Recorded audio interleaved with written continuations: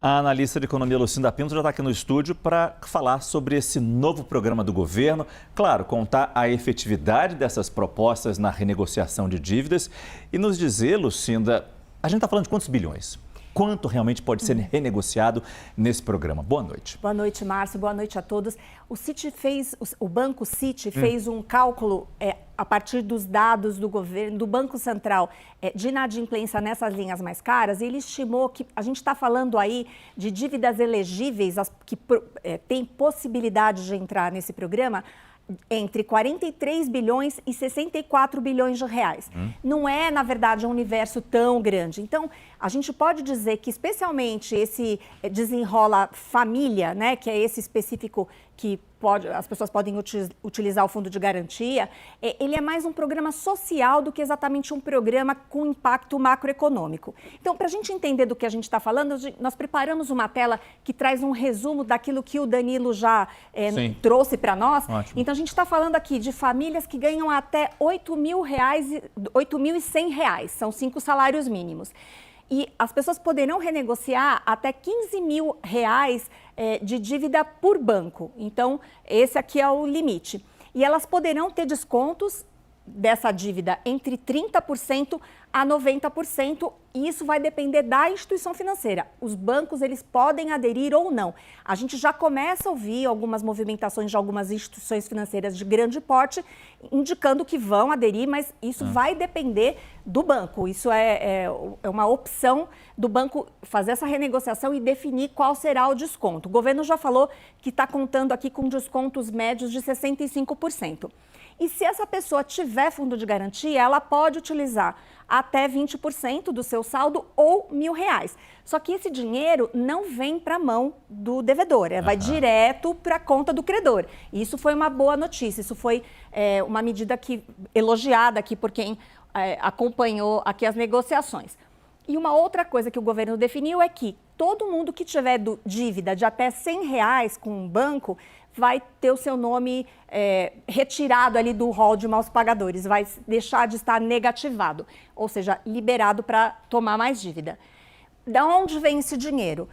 Além do fundo de garantia, para as pessoas que puderem utilizar, o dinheiro que está esquecido, aquele dinheiro que foi ficando lá desde os primeiros planos econômicos, que hoje somam cerca de 8 bilhões de reais, poderão ser destinados para esse programa, e também vai ter um fundo, uma garantia do Fundo Garantidor de Operações, que é um fundo do governo, para o caso de, nessa nova negociação, a pessoa não pagar. Isso pode acontecer. Claro. Então, para que o banco aceite assumir esse risco, o governo está oferecendo esse seguro aqui de 2 bilhões de reais. Agora, Márcio, vai melhorar a inadimplência? No curto prazo, a gente acredita que sim. A gente vai ver uma melhora nesses indicadores todos.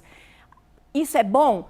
No curto prazo, mas a gente, de novo, como a gente vem falando bastante, nada disso está resolvendo realmente a raiz do problema, o problema estrutural, de juro alto, de falta, muitas vezes, de educação financeira, no sentido de ensinar as famílias como se organizar, organizar o seu orçamento. Então, qual que é o risco disso tudo?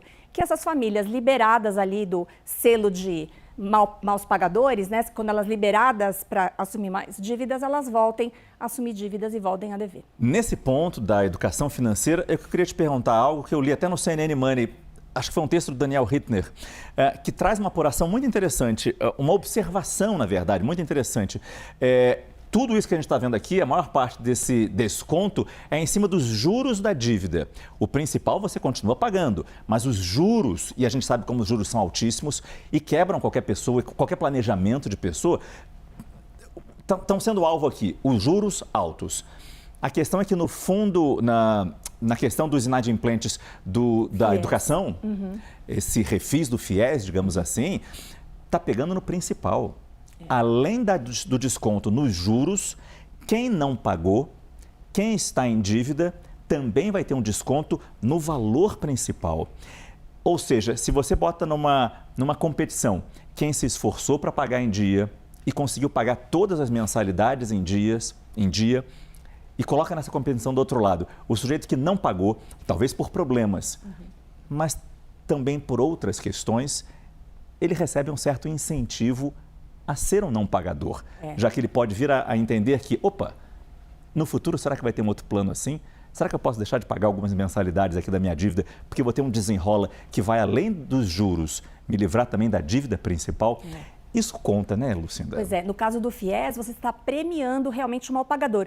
É uma palavra forte, mas é isso que acontece, mas é isso, um prêmio. A pessoa que está inadimplente, ela pode, se ela pagar à vista a dívida dela, ela tem 12% de desconto. Então, se você pagou 10 mil reais de dívida de FIES no ano passado e eu não paguei, eu guardei esses meses, supostamente os meus 10 mil reais, eu ainda pude ganhar 15% de juros em cima desse dinheiro que eu deixei de destinar ao pagamento da minha dívida e agora eu vou pagar somente R$ 8.800 com esse desconto de 12%. Então, esse é um ponto bem controverso e isso é bastante criticado pelos especialistas, porque esse risco moral de você, de alguma forma, abrir caminho para que as pessoas atrasem, contando que vem um novo desenrola, isso está presente no programa como um todo. Mas no caso específico do FIES, isso é mais explícito, você tem toda a razão. É quase que um incentivo a não pagar e nem um mérito a quem pagou. É claro que o certo é pagar e é claro que a gente entende quem não paga, por alguma questão, por alguma emergência. Mas quem pagou em dia deveria ser lembrado nessa negociação também, já que a gente está vendo esse programa surgir e a gente sabe como vai terminar num próximo Desenrola 3.0 que não aconteça. Muito obrigado, Lucinda Pinto.